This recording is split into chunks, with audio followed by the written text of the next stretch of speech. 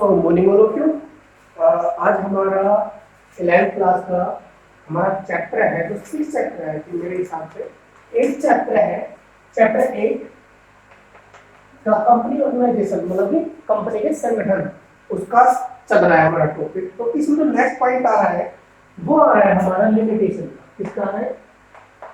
Limitation of company organization. इसका मतलब क्या हो गया कि कंपनी संगठन की सीमाएं, क्या कंपनी संगठन की सीमाएं, ये हमने आपको बता दी है। ठीक है, तो देखते हैं। तो जो इसमें फर्स्ट पॉइंट आ रहा है वो अरण्य निर्माण में कठिनाई। पहला पॉइंट है difficulty in formation. First point क्या है? Difficulty in formation. इसका मतलब क्या होगा? निर्माण में कठिनाई। तो आप इसको देख भी सकते हैं। सॉरी, इसमें क्या निर्माण में कठिनाई का मतलब क्या होगा कि कंपनी का निर्माण करना अपने आप में काफी कठिन कार्य है। कैसे क्या है? इसके लिए आपको काफी ज्यादा डॉक्यूमेंट्स तैयार करने पड़ेंगे। उनके लिए आपको रजिस्ट्रेशन कराना पड़ेगा, कहाँ पे? जहाँ इनका हेड ऑफिस होगा। और इसके लिए अनेक जो कानूनी रूप से अनेक ज्यादा कार्रवाइयाँ होती है, उनको टाइम टू टाइम आपको कवर अप कराना होगा। तो इससे क्या होगा? आपका ज्यादा से ज्यादा क्या होगा? टाइम एंड मनी क्या होगी? वेस्ट होगी। क्या होगी? वेस्ट होगी। तो इस तरह से क्या होगा? इसमें डिफिकल्टी इंफॉर्मेशन होता है कि कंपनी निर्माण करने के लिए हमें time to time documents prepare कराने पड़ेंगे, उनको रजिस्ट्रेशन कराना पड़ेगा, कंपनी का नाम, कंपनी के डॉक्यूमेंट्स, और ये ईयर टू ईयर चलता है। तो फिर और भी कुछ कानूनी कार्रवाई होती है जो हमें करनी पड़ती है। इसके लिए कंपनी के निर्माण में हमें ज्यादा टाइम और धन हमारा क्या होता है? वेस्ट होता है। ठीक है, तो कंपनी के निर्माण के लिए कुछ समय तैयार करने के लिए कुछ डॉक्यूमेंट्स दिए गए हैं। क्या क्या डॉक्यूमेंट्स है? टाइम पर लिख के रखा है। क्या है कि इसके लिए आपको मेमोरेंडम ऑफ एसोसिएशन, पार्षद सीमा नियम, पार्षद आर्टिकल्स ऑफ एसोसिएशन एंड पर्यावरण सम्मिलित होते हैं। मतलब कि 3 चीजें होती है जिससे कंपनी क्या की जा सकती है? सेटअप की जा सकती है। क्या की जा सकती है? सेटअप की जा सकती है। क्या क्या है? मेमोरेंडम ऑफ एसोसिएशन, मतलब कि आपकी कंपनी का जो सीमा है वो कहां तक की है, इसके डॉक्यूमेंट्स आपको बनाने पड़ेंगे और उसको रजिस्ट्रेशन कराना पड़ेगा। पार्षद अंतर नियम, और एक संगठन दिखाना पड़ेगा कि कितने आपके अंडर में एम्प्लॉय कार्य कर रहे हैं। एंड प्रोस्पेक्टस, इसमें आपको क्या क्या कार्रवाई हो रही है, क्या क्या कार्य हो रहे हैं, ये सारे के सारे आपने उस प्रोस्पेक्टस में दिखाने पड़ेंगे। तो इस सारी चीजें किस माध्यम से करते हैं? इंफॉर्मेशन पे। तो कुल मिलाकर इसमें सिर्फ यही है कि इसमें आपको डॉक्यूमेंट्स को प्रिपेयर कराने में, रजिस्ट्रेशन कराने में ज्यादा से ज्यादा टाइम और पैसे वेस्ट होते हैं। तो उसको क्या कहते हैं? Difficulty in formation. Next point, lack of secrecy. क्या? लैक ऑफ सेक्रेसी मींस गोपनीयता का अभाव। गोपनीयता का अभाव। देखो, कंपनी में कभी भी कंपनी अपने डॉक्यूमेंट्स कभी भी हाइड अप नहीं करते, मतलब गुप्त नहीं रख सकती है। इसके लिए कंपनी में के बारे में कोई भी इंफॉर्मेशन प्राप्त करने के लिए कोई भी पर्सन कुछ पैसे देकर कंपनी की जितनी भी इंफॉर्मेशन है वो लोग ले सकता है। ठीक है, तो इसलिए हम ये कह सकते हैं लैक ऑफ सेक्रेसी, कंपनी की कोई भी इंफॉर्मेशन हम गुप्त नहीं रख सकते। जैसे इसमें दे रखा है कि कंपनी अधिनियम के अनुसार सार्वजनिक कंपनी को अपने खातों को प्रकाशित करना होता है। अनेक महत्वपूर्ण जो डॉक्यूमेंट होते हैं उनको रजिस्ट्रेशन कराने के लिए आपको हेड ऑफिस जाना पड़ता है। कोई भी व्यक्ति कुछ फीस देकर कंपनी के डॉक्यूमेंट्स के बारे में कुछ भी जानकारी प्राप्त कर सकता है। तो इसमें हम ये कह सकते हैं कंपनी अपनी कुछ भी इंफॉर्मेशन छुपा नहीं सकती है। मोटिवेशंस का अभाव, lack of motivation. Third point क्या है? Lack of motivation. इसका मतलब क्या हो गया? प्रेरणा का अभाव। देखो, इसमें होता क्या है, कंपनी के जो स्वामी होते हैं, जो ओनर होते हैं, उनको तो कंपनी की नॉलेज होती नहीं है। तो उनको नॉलेज नहीं होती तो वो क्या करते हैं? कुछ सीनियर एक्सपीरियंस होल्डर वाले पर्सन जो होते हैं तो उनको एज ए मैनेजर अपॉइंटमेंट कर देते हैं। उस मैनेजर के बेस पर कंपनी क्या होती रहती है, ऑपरेट होती रहती है। क्योंकि मैनेजर को तो सैलरी से मतलब है, तो वो जैसा कार्य अपने बेस पर करना चाहता है वैसा ही करेगा। एक एम्प्लॉय की तरह कार्य करेगा वो, किस तरह, एक एम्प्लॉय की तरह कार्य करेगा, न कि वो किसी कंपनी का मालिक होने के नाते उसमें कार्य करेगा। सो हम ये कह सकते हैं इस मोटिवेशन का क्या अभाव होगा, उस मैनेजर या उस जो सीनियर एम्प्लॉय है उसके अंदर जो एम्प्लॉय कार्य करने वाले होंगे वो भी किसके लिए कार्य करेंगे, पैसों के लिए ही कार्य करेंगे, अपनी इनकम सोर्स के लिए। तो इसमें हम कह सकते हैं मोटिवेशन का क्या होता है, अभाव होता है। किसका, लैक ऑफ मोटिवेशन। मैं पढ़ देता हूँ कि कंपनी व्यवस्था में स्वास्थ्य और प्रबंध अलग अलग होते हैं, मतलब कि एक ओनर और एक मैनेजमेंट अलग अलग होते हैं। कंपनी के ओनर शेयर होल्डर भी कह सकते हैं, कंपनी का प्रबंधक अपने द्वारा चुने गए प्रतिनिधियों के हाथों में सौंप देते हैं। जो शेयर होल्डर होते हैं वो अपने जो भी उसके मैनेजमेंट होते हैं उसका सारा का सारा दायित्व, सारी सारी रिस्पॉन्सिबिलिटी किसी एक ऑपरेटर को सौंप देते हैं। संचालक कंपनी का कार्य को वास्तविक रूप से करने के लिए अधिकारी की नियुक्ति करता है, मतलब कि जो ऑपरेटर होता है वो कार्य को कंपनी के करने वाले के लिए एक एम्प्लॉय को अपॉइंटमेंट करते हैं। वो एम्प्लॉय किस बेस पर कार्य करते हैं, जैसे उनको सैलरी मिलती है वैसा वो उनका कार्य करता है। तो इसमें सिर्फ हम ये कह सकते हैं इसमें मोटिवेशन में क्या होता है, अभाव होता है। अगला एक्सेसिव गवर्नमेंट कंट्रोल, ये भी पॉइंट अगला है। अत्यधिक सरकारी कंट्रोल, अत्यधिक सरकारी कंट्रोल, फोर्थ पॉइंट है।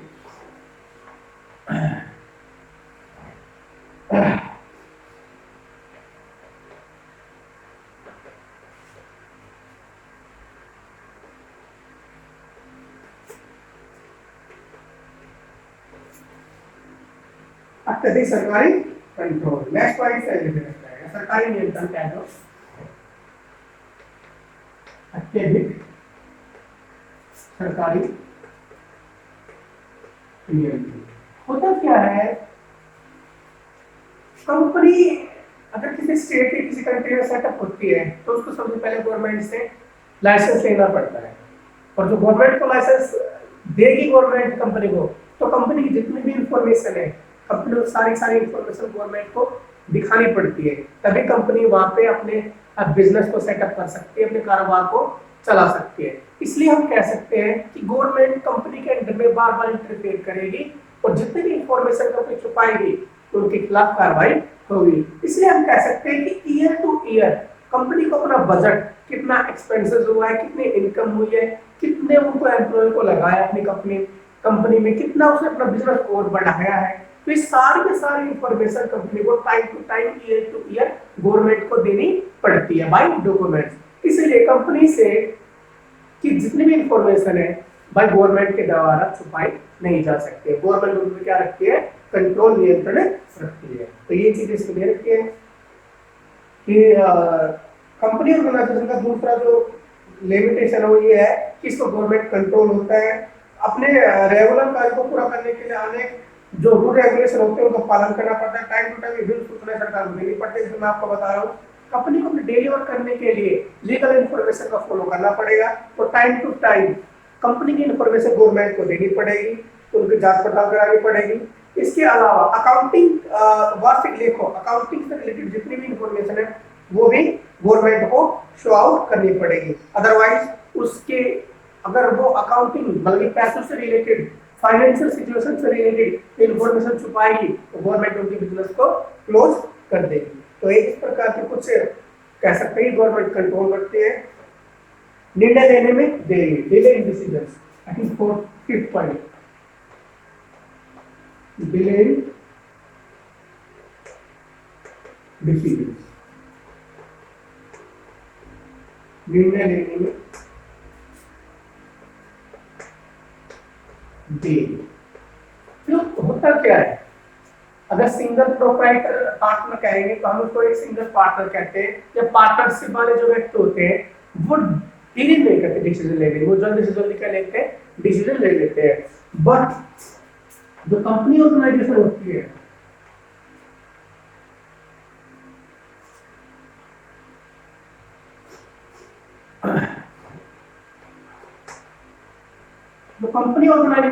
है इसमें कोई भी डिसीजन लेने के लिए आपको मीटिंग करनी पड़ेगी, क्योंकि कंपनी के अंडर में काफी ज्यादा शेयर होल्डर होते हैं, शेयर होल्डर होते हैं, और काफी ज्यादा डिवेंचर होल्डर होते हैं। कौन होते हैं?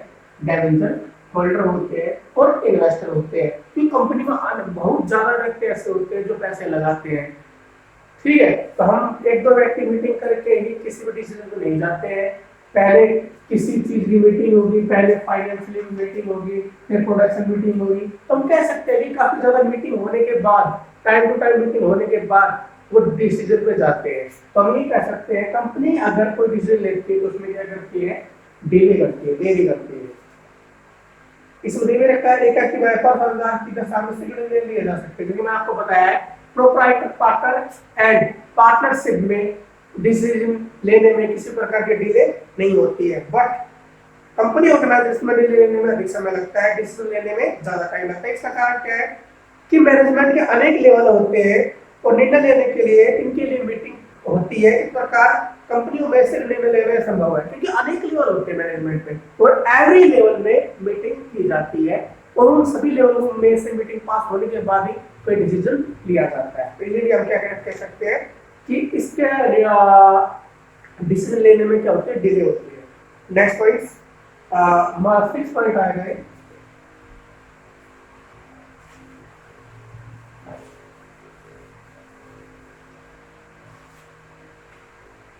conflict among investor।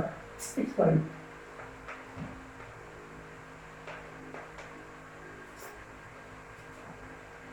among investors। निवेशकर्ताओं में संघर्ष, निवेशकर्ताओं में संघर्ष।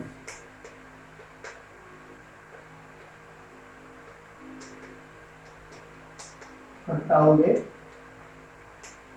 संघर्ष। देखो होता क्या है कि कंपनी ऑर्गेनाइजेशन में, कंपनी ऑर्गेनाइजेशन में इन्वेस्टर भी होते हैं जिसको हम निवेशक कहते हैं, शेयर होल्डर भी होते हैं जिसको हम अंशधारी कहते हैं। क्या कहते हैं? अंशधारी। एंड इस साइड मैच में जाएंगे आपके, तो थोड़ा ध्यान देना। डिवेंचर होल्डर भी होते हैं जिसको हम क्या कहते हैं? ऋण पत्रधारी। क्या कहते हैं? ऋण पत्रधारी। तो ये सारे के सारे होता क्या है कि इसमें इन्वेस्टर चाहता है कि कंपनी में उसको अधिक से अधिक डिविडेंड मिले, शेयर होल्डर चाहता है कि उसको अधिक से अधिक डिविडेंड मिले, डिवेंचर होल्डर चाहता है कि उसको अधिक से अधिक रिजर्व मिले। तो इसलिए उन सब में क्या हो जाती है? एक तरह की फाइट होती है, एक आर्गुमेंट होता है, और उसी को क्या कहते हैं हम? Conflict among investors. तो आपस में क्या होता है? उनमें आपस में संघर्ष हो जाता है। तो ये सारी चीजें क्या कहलाती है? हमारी कंपनी के लिए प्रॉब्लम कहलाती है। तो आई होप आपको समझ में आया होगा। इसका एक 6 पॉइंट दे रखा है, ऑर्गेनिक मैनेजमेंट, उसको छोड़ देना। एंड इसके जो डिफरेंट दे रखा है, पार्टनरशिप के बारे में आपको पढ़ा चुका हूँ, कंपनी के बारे में आप पढ़ाई लाऊंगा आपको, उसके डिफरेंट आप अपने आप भी कर सकते हो। तो नेक्स्ट पॉइंट जो दे रखा है इसमें, पार्टनरशिप और कंपनी में डिफरेंट, पार्टनरशिप और कंपनी में डिफरेंट वो आप अपने आप कर सकते हैं, क्योंकि दोनों चीजों के बारे में आपको बता चुका हूँ। नेक्स्ट पॉइंट आ रहा है कि type of company, type of company. तो 2 टाइप्स की होती है कंपनी, कितने टाइप की? 2 टाइप्स की, एक प्राइवेट एंड एक गवर्नमेंट। तो फर्स्ट पॉइंट क्या लेते हैं? हम प्राइवेट लेते हैं कि एक प्राइवेट कंपनी की क्या क्या ऐसे फीचर होते हैं जो एक्सप्लेन किए गए हैं। तो पहला private company, private company, company act 2013 की जो धारा दे रखी है 262 के अनुसार निजी कंपनी में कुछ ऐसी कंपनियां हैं जिसके लिए कुछ नियम दे रखे हैं। मतलब कि कंपनी एक्ट जो दे रखी है उसमें 2013 की 68 धारा के अनुसार जो दे रखा है कि इसके कुछ नियम दे रखे हैं। वो नियम क्या क्या है देखते हैं हम। फर्स्ट क्या दे रखा है, इसमें जो पार्टनर होते हैं, जो मेंबर होते हैं, वो अपने शेयर ट्रांसफर नहीं कर सकते हैं। उस पर क्या होती है? पाबंदी होती है, जो इसके मेंबर होते हैं वो अपने शेयर ट्रांसफर करने का जो राइट होता है वो नहीं होता है, ठीक है। और इसमें जो मेंबर होंगे वो कर एट लीस्ट 2 एंड मैक्सिमम 200। इसमें जो मेंबर होंगे private organization, company, private organization company में जो मेंबर होंगे एटलीस्ट कितने होंगे, 2 होंगे, एटलीस्ट 2 एंड मैक्सिमम 200, ठीक है, बस ये ध्यान रखना। इसके अलावा